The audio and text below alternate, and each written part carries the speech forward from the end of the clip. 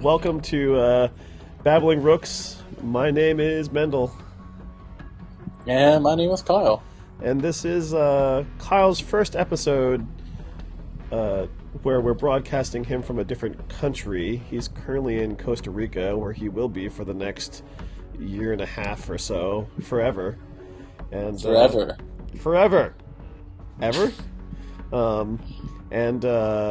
We decided, I decided partially because my week was a little crazy that we were just going to do something that was relatively simple from a post-editing perspective, because normally in the past we did these on Wednesdays, and today is Friday, and I want to make sure this still goes up on Sunday. So this is a pretty low production value episode given our separate locations.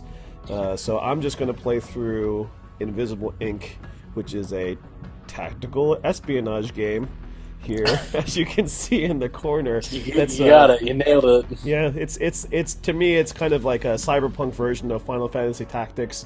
It bears some similarity to XCOM, the kind of a different variant hybrid of what XCOM is.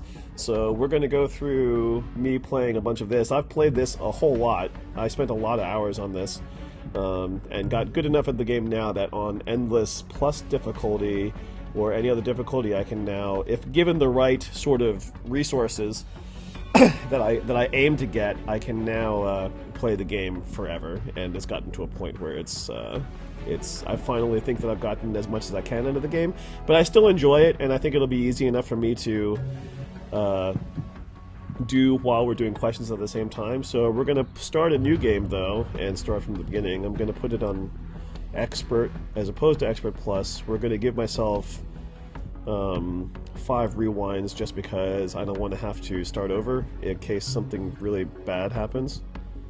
Let's check some other quick settings here. If you just do well, you don't need rewinds, Mendel. I typically don't need rewinds, but doing these Rooks episodes have shown me that sometimes my concentration level for actual game stuff is not always at its best. So that's also why I'm choosing Expert as opposed to Expert Plus, because the way that Expert Plus changes the game is a little less obvious than from a stealth perspective than what happens with Expert. So I'm just going to do Expert. This is all just to give people an idea of the game in some ways, which so playing Expert is fine, and 5 rewinds, whatever. So I'm going to pick my characters here, and I always use the same characters because I have a formula. So,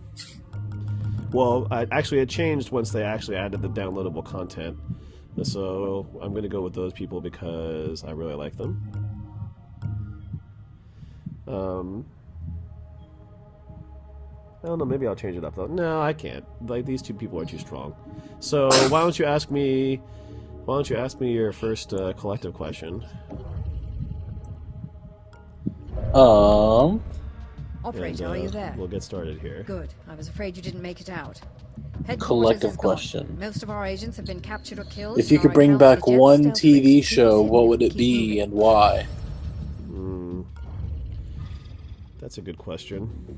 That's kind of related to a question that you asked me before, because one of my instinctual answers is Green Lantern, the animated series. Executives are notoriously slack when it comes. We've already kind of talked about that, and one of the reasons why it was a great TV show.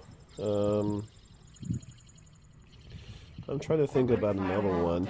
There have been some efforts to bring back an old science fiction TV show from the UK called Bad news, operator. They caught us completely by surprise. Called Blake 7. No firepower with us. And through a lot of through the years, there have been some efforts to do that, but it's always kind of fallen apart. I think that there is actually going to be some sort of revival eventually, but I think it'll be fun to see that done again. Oh wow, that's exactly the room that I need to get to right away. Wow. So he's a stationary guard. So I'll just say so that people in the listening or watching don't get completely lost. In this particular mission, I'm looking for a terminal that will allow me to find more locations to infiltrate. So this is purely a reconnaissance mission for some data, and the secondary thing I have to do is pick up treasure and also try to find the exit. So we'll do that. I guess we'll stop there. Let's see. So what do each of your characters do? Okay, so what are their special abilities? Sure. This guy whose name is Derek, he has he currently is wielding a small little Nero dart that is a long distance weapon. That only has 2 ammo on it. You can collect ammo by using grabbing battery packs, which are also used to charge up other things. He also has a small little transport beacon, so if I throw the beacon, which I guess I could just do right here, like if I throw the beacon, then I can be wherever I want else in the stage, and so long as I have 4 power, then I can then teleport to that spot. I'm not going to do that right now because that would be a waste, so I'm just going to re-pick up the transport beacon. Because then once I use the transport beacon and use the 4 power, I also then can't use the teleporter for another 6 or 7 turns because it has a cooldown power. It has cooldown. This guy, Dr. Zoo, has a normal Neuro Disruptor weapon, which is a close range weapon. The enemy has to be immediately next to me, and then I can just it's basically tasering them. Additionally, he has a shock trap that he can throw onto a door, and if an enemy or a colleague, if you forgot that you put it on there, opens the door, then you get knocked out for a couple of turns. His biggest advantage, however, is his passing, his special ability. Like, all these things are in the regular inventory, with the exception of the transport beacon, are things that you can buy and you can reconfigure people to whatever you want. But his augmented ability, his special augment ability, is right now you only see one thing that has 1 firewall on it, and I've got a tool that can break down firewalls, 1 firewall at a time. That normally takes an amount of power, but my other passive ability that Incognita, the AI, has, is that the first program each turn costs 4 less than what it normally would. So the first time that I break this down, it's going to cost 0. But if on that same turn I had to now break this one down, then it's going to take 2 power out of the 10 that I have in reserve. Okay. So if I do this, that means that my power is going to go down to 8. What Zoo has is he's got the ability to go right up to anything that has a firewall on it, and he can immediately reduce that by 2 firewalls without the use of any power. So having a small amount of power is sort of moot for this character. And once you get to a particular point in the game, sometimes like safes that have treasure in them will have demons, what they call demons, on the firewalls, which can have negative effect on your characters, and he bypasses demons when he uses his power. So he's a ridiculously overpowered character in the game, but they do balance that out a little bit later by hampering his ability somewhat, but it still ends up being really useful. So I'm gonna let the enemy do their turn now. TV show. Trying to think about a TV show any other TV show that I miss other than Blake 7. I think that Blake 7 has a lot of potential for a remake. No. I think that it would be interesting to... There was a cartoon that I watched growing up called Mask, which was... it aired along with pretty close to Transformers and G.I. Joe, and it was kind of about it was a good guy, bad guy scenario, and the good guys and bad guys all had kind of secret identities that was because they had these masks on, but also every mask had a different kind of superpower. So one person's mask would allow that person to lift up objects, and another person's mask could allow them to see through walls, and another one would be allow them to shoot lasers or something like that. And it was an interesting show for just kids show because there was also a lot of character driven stuff. Like every person had different personality, and there was also some family stuff that was involved with the main leader. I think had a kid and stuff like that. I think that'd be fun to redo in today's cartoon world and see if people would be into that sort of thing. I think because Transformers is still alive, and I think G.I. Joe is kind of still alive, although that's more live action now. I think it'd be fun to try to do that in live action and see how it would go. That's what I can think of off the top of my head. I'm not sure if there's another answer other than that. Gotcha. I'll go with that. Cool. Okay. What you got? What's the show that you would bring back? Well, I know I wrote this question a long time ago because I remember having two separate answers, and now I can't remember the second answer. So I guess that means it's meant to be for me to just give the one answer, and that would be Better Off Ted. So Better Off Ted was this TV series that was basically a corporate office of this super huge mega company, and it just kind of poked fun at these big corporate world people and kind of the idea of good people getting caught up in like the corporate greed world, but like just in a really hilarious way.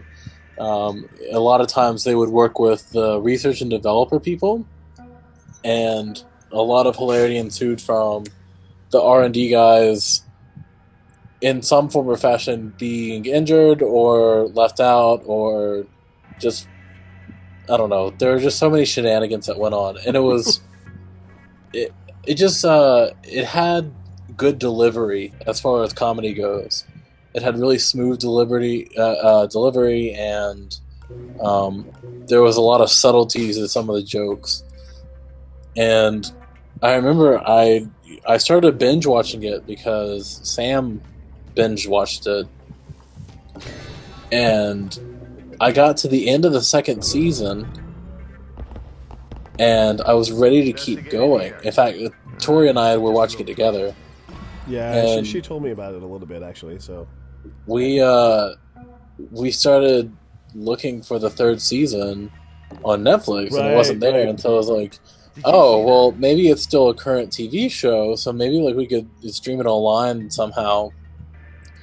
And we go to looking for it, and the first thing that pops up was like, like the 20 TV shows that were canceled before their time, or things like that. And we just like, I don't know if we actually cried, but I know we both wanted to cry because it was such a good TV show. We were so, like, they left at such an important, pivotal point in the plot, and we were devastated. So I would try to bring that one back. And I still can't think of the second one that I was thinking of when I wrote the question. I think it was maybe like a kid's show or a cartoon show or something like that. But I don't know. I couldn't tell you. Okay. So, Better Off Ted it is. Cool. Yeah, I remember. I think Tori was the one that was talking about that a little bit because she asked me if I had ever watched it, and yeah, I hadn't. And she was talking about that instance of the both of you trying to find it, season 3 on Netflix, and not being able to find it because it didn't exist. So. Investigating. I guess our Yep. imagination. It was a sad day. A really, really sad day.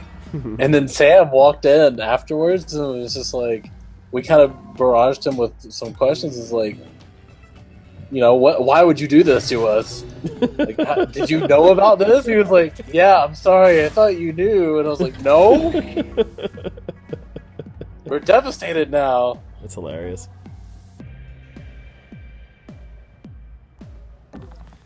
Cool. Yeah, it's been a while since I've played this on Just Expert. Like it's acting a little bit differently, and I kind of forgot. Like, so one of the things in Expert Plus that's different from expert is, so this thing over on the right corner is the alarm tracker, and that goes up every turn. In expert plus, it also goes up every turn if you take out a guard, or if you stun a guard in some way, or if a guard notices you. And I now play the game in a lot more stealth than I did before on expert plus. So I'm kind of forgetting how that works. The other thing that is different is this area over here, when before the camera got taken out, was showing as red. Yeah. Even though I didn't see the camera before, and in expert plus, I wouldn't have seen that red because I had yet to see the camera. And that is very different. And I kind of forgot how that works, and I'm wasting a lot of turns looking around for that when I already know what's going on there. Although I guess I still needed to see that camera in order to take it out, so that makes a little bit of a difference. But Gotcha. My first collective question is, what dish do you cook the most?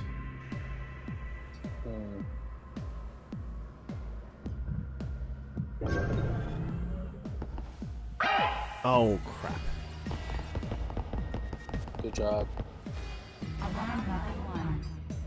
Now the alarm level is 1. It is, and I guess... Oh, right, I'm not playing Expert Plus, so shooting him isn't going to really be a bad thing. But... Let's see... That's the only place I need to get out. I can get away with... At least, Damn it, they got away. What do I want to do here? I guess... Since I don't have tag yet... I guess I can take a turn to figure out which direction he's going to go. He's going to go that way. Okay, that's unfortunate.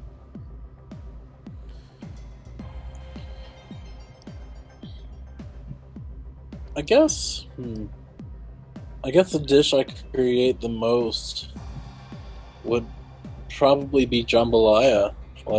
As kind of boring of an answer that is, it's definitely what I choose to make whenever there are people who come into New Orleans who aren't familiar with the culture, or are friends who are coming to visit, things like that. Anytime Sam had friends come who are from Philly, I would just make a huge pot of jambalaya because it's cheap. I could get the family-sized box of Zatarans and add my own meat to it, and it wasn't nearly as good as real homemade jambalaya. But yeah, I guess that was my question. If you did it from scratch thing, or if you're talking about just instant or what?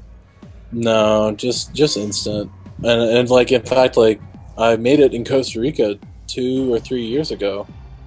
Because I asked a team member to bring a few boxes down, and I ended up making it for the staff.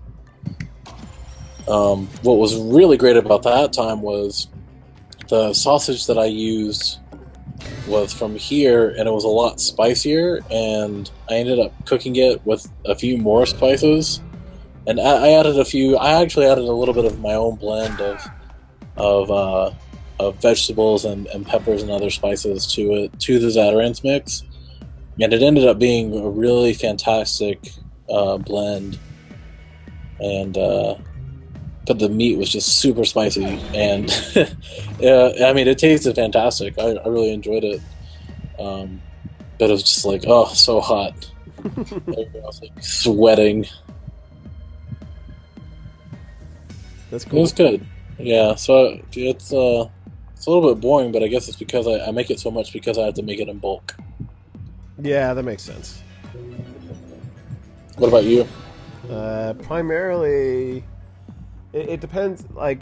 Usually when I have the time to cook these days, I don't give myself a lot of time to cook, but it's typically, ooh.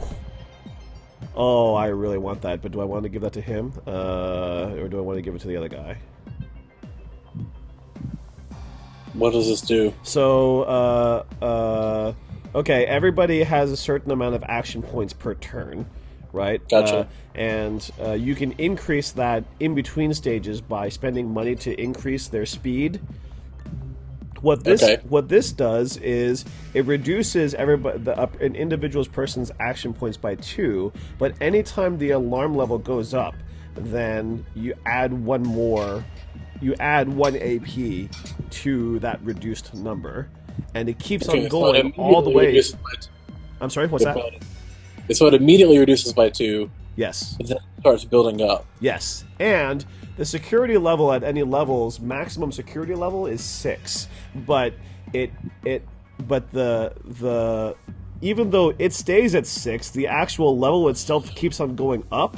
So you can get to a point where a single character that started off with 5 AP can get up to like 20, because if you stick around a level long enough. And I was skeptical of its use at first, but I found it to be really useful to if the alarm level gets really high, and especially if you need to carry somebody to the exit if they were knocked unconscious because they accidentally got taken out, like things like that. Like, so it's very useful, but even though it's pretty restrictive when you first get it, but I really like it.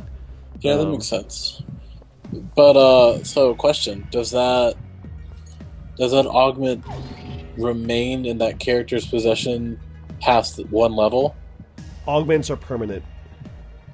Okay. Yeah, augments are permanent. So but there are a limited number of slots to a person's ability for a person's augment. You can change that. Everybody with the exception of one person starts off with 2 augment slots and 1 augment already in place. You can have a maximum of 4 augments, with the exception of one person that has up to 6. Neat. So I guess I'm going to give it to Dr. Zoo, because why not? But yeah, I guess when I have the opportunity to cook, and I need to cook something fast, I usually get some ground beef and some Blue Runner Creole beans, and some onion, 2 jalapenos, or 1 jalapeno and 1 serrano if I want to spend money on a serrano,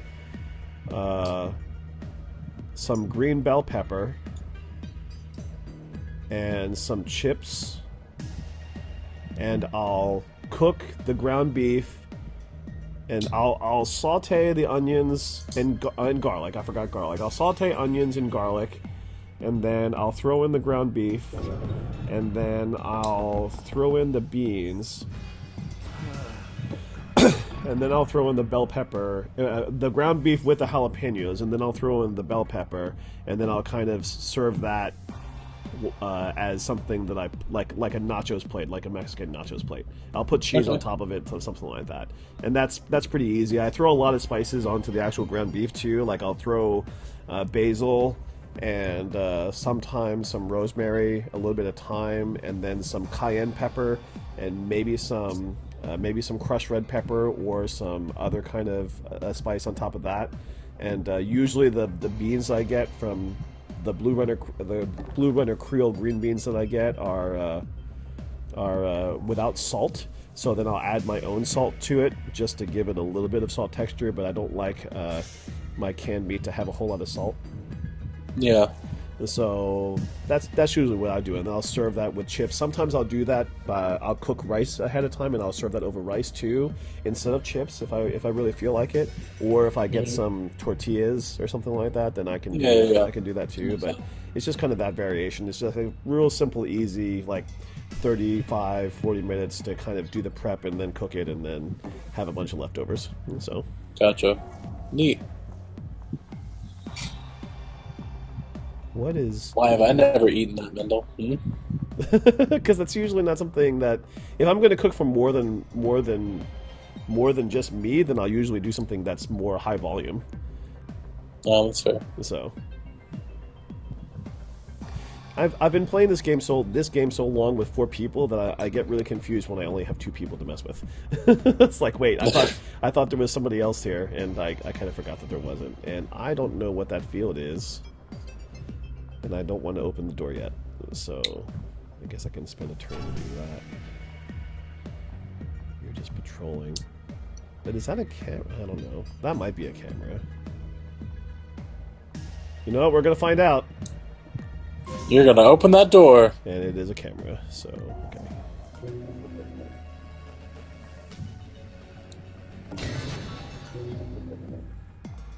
Cool. Collective question for you. Collective or personal? Oh, sorry. That's, yeah. You know what I meant. A collective question, but only you answer. What? Yeah. How about that? That makes no... What? No. Then Anyway. it's not well, then it's not a collective what question. is your favorite music-based video game?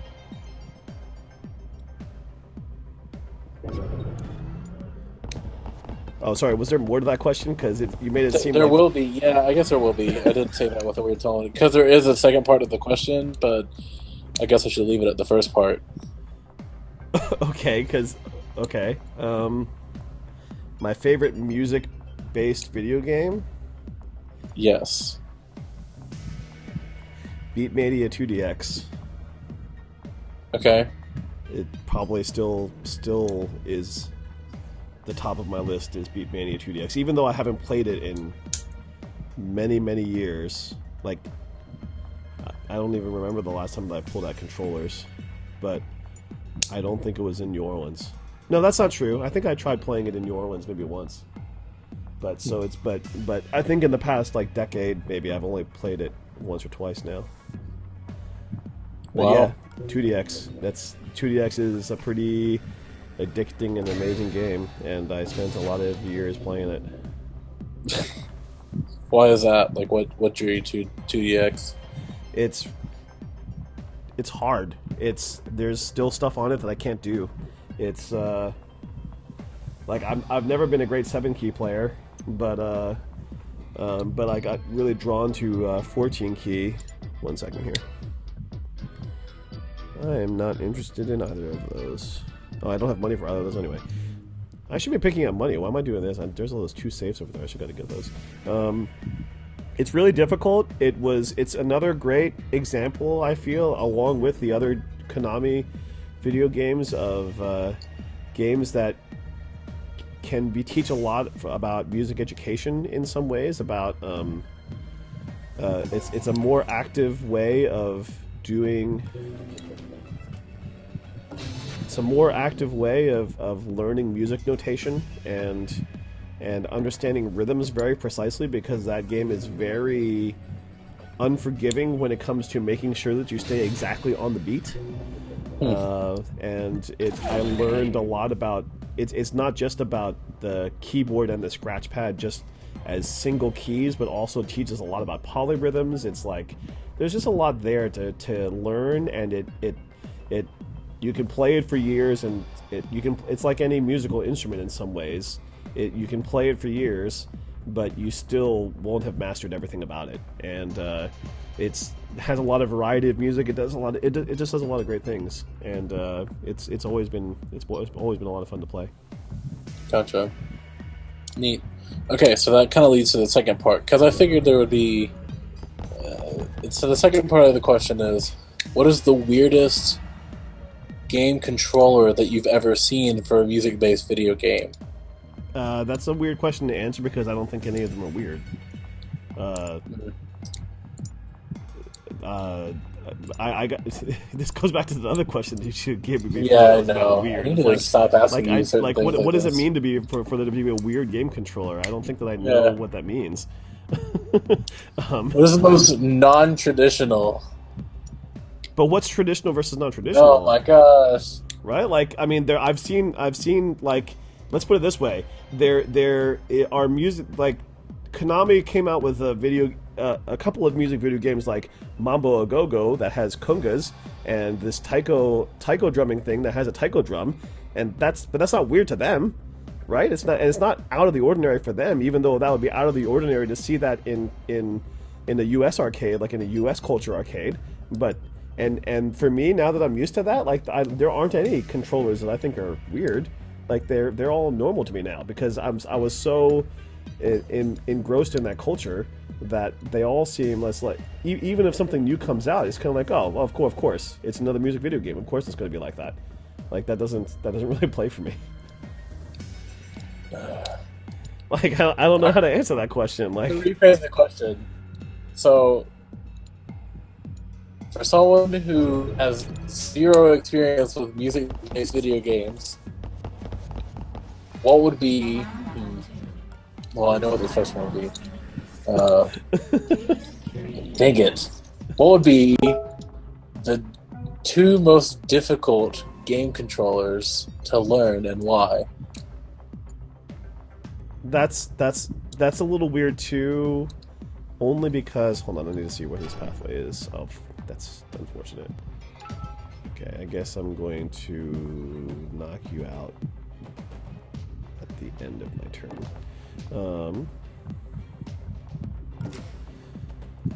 That question, even though it has more validity, I think is still difficult to answer because really the answer is it depends on the person.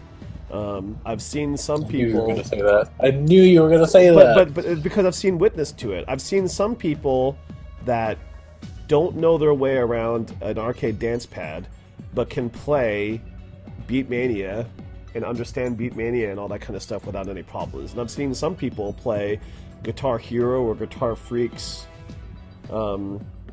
really well, but not be able to do some of the other ones. And I think that it just depends on what resonates with an individual person, or Drum Mania, or the stuff, I guess, that the US version of all that stuff, like through Rock Band. Like, I think that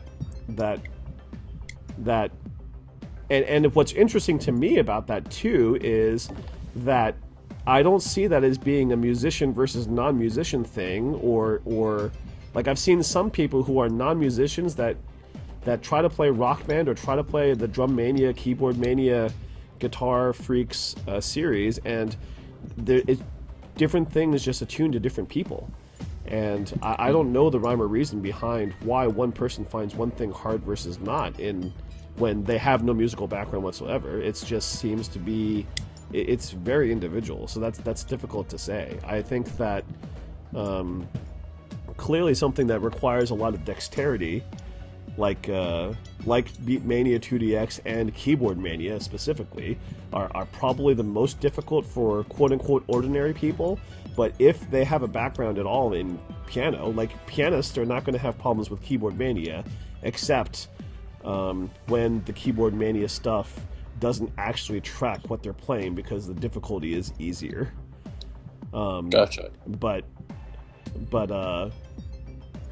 for somebody that doesn't have experience with those keyboard instruments or with guitar, that would probably be the most difficult, because it requires them to have a sense of individual finger awareness that they're not used to ever having to do. Okay. But I think that the big picture answer is that it really changes depending on the person, and I've seen witness to that, because I've seen a lot of people try new things with music video games through the past couple of decades, and there's never a universal answer. Yeah, that makes sense. There's the exit. But also, then I'm going to add a third component to this question then. Okay. And so because you played a lot of music-based video games like that and arcade games, what is one of those games that you do not have access to that you wish you did? Like in the arcade style? I guess it depends on the reason.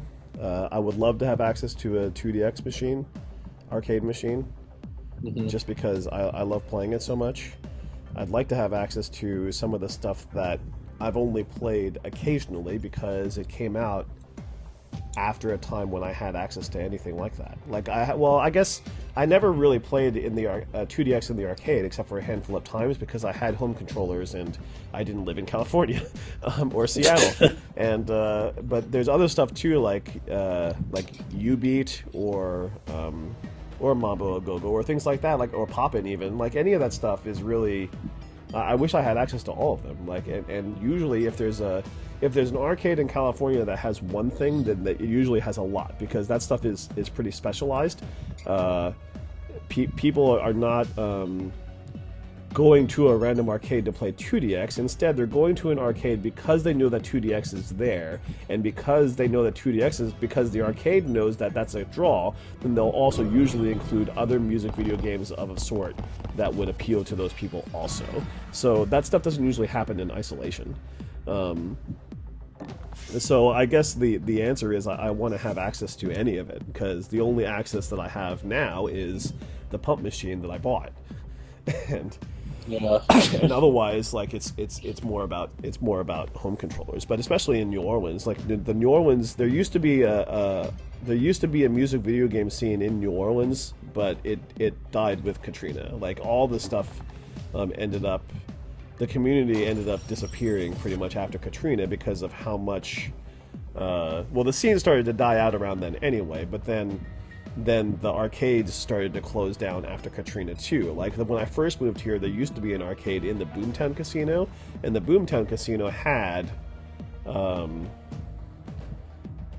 a 2DX machine, but it had an original Beatmania machine. It also had a pump machine, and it also had an ITG2 machine and a DDR 8th mix machine. No, I'm sorry, not 8th mix, 5th mix. It had a DDR 5th mix machine. And that place seemed to be one of those places that the community of music video game players before Katrina is a place that they used to go hang out. And then after Katrina and after those people grew up, or when the scene started to die out, then all of that just died out. And I think that's probably one of the reasons why they decided to close the arcade, because it stopped having any business. Neat. Yeah. Your personal question is, what is something about Costa Rica that you forgot about until you got there? Huh.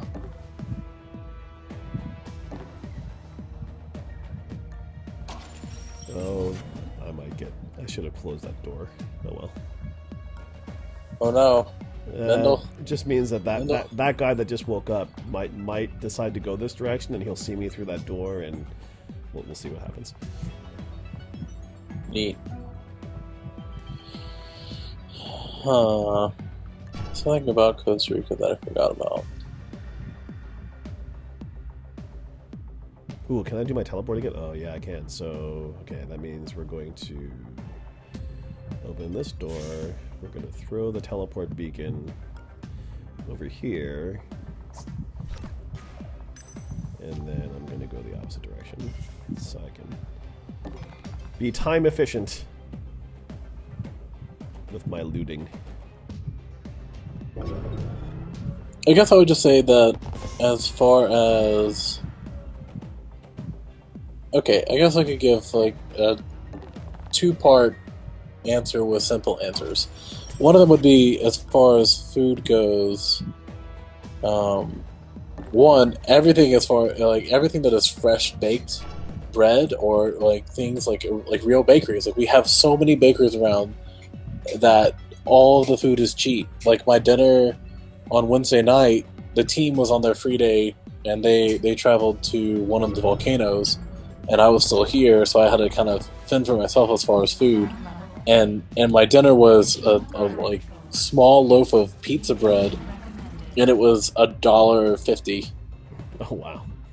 Yeah, it was, and that was all I needed. And I had a 3-liter drink that I bought from the grocery store a couple days ago, and I just poured myself a glass of that, and I had the pizza bread and a little bit of sour cream on it, and it was a fantastic dinner, and it was like $1.50, or I guess maybe $2 with my drink that I already paid for. Oh, that's another thing. So they put sour cream on everything. Really? That is bread. Yeah, that is bread related or like carb related, I guess. So a typical Tico snack, like afternoon snack, is somebody buys a fresh loaf of bread, and you squeeze out some sour cream into like a bowl or something, or it's not actually sour cream, it has a lower fat content in it, it's called natilla, and it's a much different natilla than most other Latin American countries. And yeah, you just sit there, you drink coffee, and you dip your bread into the basically sour cream, and it's a snack. It's great. That's bad. What did you do? Nothing. That guard is about to stop in that spot where that teleport beacon is, and that means that he's going to pick it up. Oh, he's going through. Is he? He's not going through. He's stopping right there. That's why that question mark. Oh. Gotcha. So that changes my plan for this guy. I think I need... Well, he has my 2 turns, but... Okay. Anyway. Sorry, continue. So that was the first part. Part 1 and 2. And then part 3, I guess, would be... Looking around. the level of aggression with drivers is so fantastic. And I remember now why I drive so aggressively, and it's because I'm so used to this culture. Today, we were traveling out to the area that we're going to be starting up a children's ranch in the next few years. And at one point, it was... Our side of the highway was split into 2 lanes, and it was about to merge back into 1. And we were going through this is on a winding road up a mountain. And this huge bus just guns it past us right as we're like trying to merge into the correct lane to keep going. And this bus is literally 2 inches away from our mirror. It was kind of like it kind of causes you a little adrenaline rush because you see it and you're just like, oh my gosh, we almost died. And then you're just like, yeah, this is aggressive driving at its finest. And it made me really miss driving aggressively, like this aggressively, and it's something that I definitely don't get to do in the States anymore, or ever. It's fun. It's a neat experience. It's definitely scared the crap out of some of the team members too, so perfect times. Sweet. I wonder why that guy, he picked up that thing, and he's no longer suspicious anymore, so he's just patrolling me again, and that's good, because then he's just going to come back my way, and I'm going to ambush him, and then steal the beacon back. And all is right with the world. So you have to seal the beacon back before you go into the next level? Or you would if you... I do, because otherwise I lose it forever, and Derek will never have the ability to teleport again. Gotcha. Neat. At least I think so. I've never taken the risk of not getting the beacon back behind, because I assume that because other objects that there are other objects that you can put down sometimes that the guard will pick up, and yeah, you don't get those back. Gotcha. Okay. Collective question for us. What is your favorite drum corps show and why? That's changed a bunch. I mean, 93 Stars still really great, and it set new boundaries for the drum corps activity and what you could do with a drum corps show, both visually and musically. It was ahead of its time, and it's funny how many people, when it happened in '93, how many people really hated that show that year. There were many people that hated that show rather than liked it, and how many of those people have now changed their mind because drum corps changed, and right. So what was so innovative about it?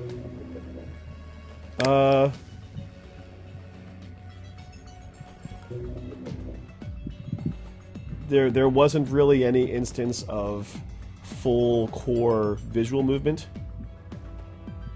Like that waveform that they did as a transition between the first half and the second half, is something that hadn't really been done in a drum corps show before, or choreography in conjunction with, like, body movement was a very minimal thing in drum corps prior to Star doing that year. That's the thing. Like you see body movement in a drum corps show now is so commonplace, and that to me really started, even though that stuff happened before Stars occasionally, that stuff really happened because of that show. There was also just the artistry of it. And also the drill. Like, the drill in that show was pretty complex, and also spread across the whole football field in ways that hadn't really been achieved in the same way before, but still retained a level of exact music ensemble. Like, if you have a core spread across an entire field, it takes a lot of work to make sure that it sounds together. Right. And they nailed it in ways that I feel were pretty unprecedented. I think that the early, mid to late 80s cadets would do that sort of thing pretty well too. And then just the concept and everything that happened in that show, there was just a lot there, and there's just a lot there. It was pretty outstanding. And yeah, everybody hated that show. I can't even tell you when that show came out, and after finals, there were I can't even tell you the number of people that said that that's one of the worst drum corps shows I've ever seen. Wow. You have no idea how many people hated that show. Just flat out hated that show. That's so bizarre. That's actually one of the reasons. That's one of the reasons why Star actually left. Partially one of the reasons why Star left drum corps and started to do blast was because they wanted to kind of do something that was beyond. At least this is what I heard. I don't know this for sure because I know some of the people that were in the original blast, but I never really talked to them about it because I didn't know them that well. I heard that some of the reasoning behind them leaving drum corps was because they wanted to expand their innovation in ways that could be accepted in a different form, and that's really what it was about. Yeah, so that show really pushed boundaries and did new things that did a lot of new things that people didn't expect. That's actually one of the reasons why I'd have to say that the show, Bluecoat show this past year, is probably another one of my favorite shows because of its innovation, of what it was doing musically and trying to explore soundscape in ways that is definitely better understood live than contactless will prove invaluable when planning than our if next you just move. see it on Excellent video, work. because of how much the spatial aspects of their sound really mattered, like trying to create a live pseudo octophonic sort of space. I guess not really octophonic, but having audio have a place, and also using live recorded things and trying to manipulate those live recorded things to blend with the stuff that's happening on the field. There's a lot of innovation there, and the way that they did it, I thought was incredibly creative and forward-thinking, and something that I think is important for evolution of drum corps. Not that I think that every drum corps should be doing something like that, but I think that it opens up the door for people to progress to a different stage of drum corps if they decide to go that direction, or decide to use those kinds of ideas, but use them in ways that are just fit their particular style of show that might be still more accessible to a common audience, but maybe not, right? There's a lot of possibility and a lot of things that can happen there, and somebody has to pave the way to saying this is pave that way. And I think that the Bluecoats have done that in the past couple of years with their sound innovation. I think it's only going to show itself into more things in the future, hopefully. So Gotcha. Those two shows stick out as being my favorite, just for their production value and for their innovativeness and their forward-thinkedness for their generation. I did really like the what year was that? The 2013. One second here. Do I want Derek to have that? Yeah, I think so. I think it was 2013. It might have been 2014. I've re-established contact with Monster. His network. Blue Devil's show, the rewrite of Spring. I think the rewrite of Spring was pretty, also amazing. I think that was 13. It was pretty avant-garde in a way that clearly not a lot of people liked at all. I could go on a big thing about that.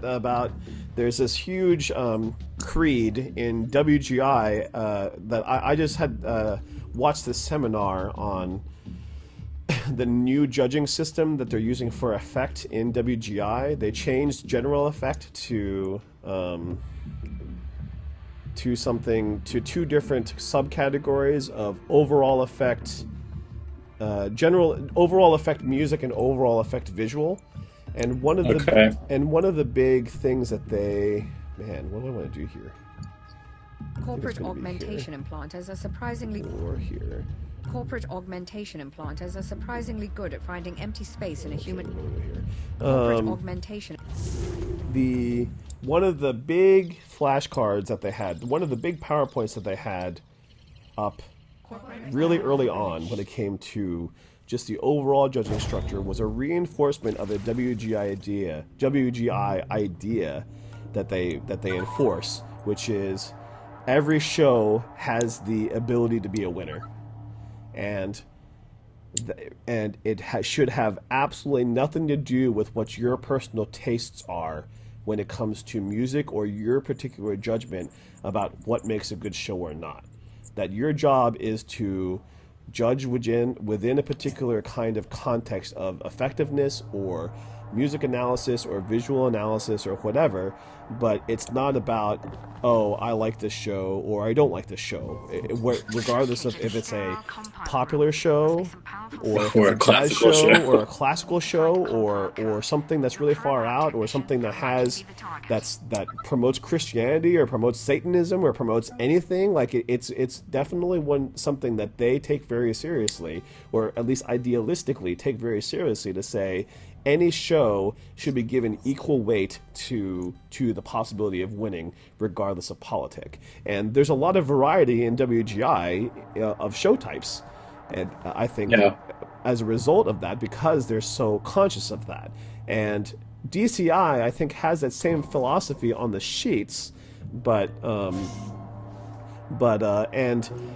that's one of the reasons why the Blue Devils still have the still have won in some of those years where everybody is in outcry about how much they think that it's outrageous that something that's just so unappealing to the masses can win shows.